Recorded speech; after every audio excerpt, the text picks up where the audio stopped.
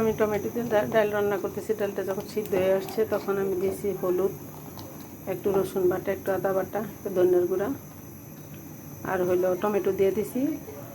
Tomato দিয়ে একসাথে গুটে নিয়েছি। এখন আমি ডালটা বাগার দিব। দিতেছি তেল। আমি 2-3টা শুকনো মরিচ দিব যাতে সেন্ট হয়। 2-3টা শুকনো মরিচ দিলে আসলে এটা অনেক একটা সেন্ট আসে আলাদা। সবসময় খেয়াল রাখবেন ডাল বাগারে একটু রসুন, একটু শুকনো মরিচ দেবেন অল্প একটু। এটা একটু শুধু সেন্টের জন্য। আর আমি দিব এখন রসুন কুচি।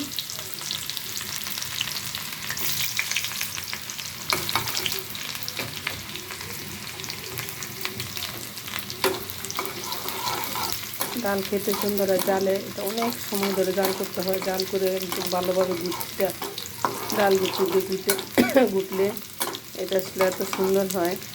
খেতেও ডাল দিয়েই ভাত খাওয়া যায় পেট ভরে।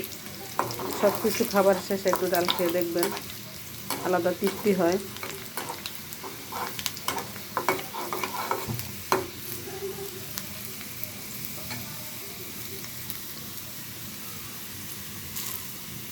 আমি এটাকে একটু বাদামি কালার হলেই নামিয়ে নিব। আমার বাদামি কালার হয়ে আসছে, যাতে পুড়ে না যায়। আমি ডালটা এখন বাগার দিয়ে দিব। বিসমিল্লাহির রহমানির রহিম।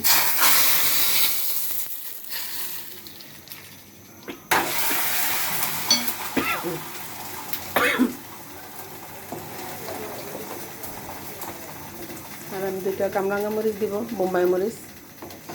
ডালটা খেতে খুব সুস্বাদু হয়। সবাই এভাবে ডাল রান্না করে খাবেন। ডাল রান্না সহজ। সবাই ভালো থাকবেন। আসসালামু আলাইকুম। ধন্যবাদ সবাই।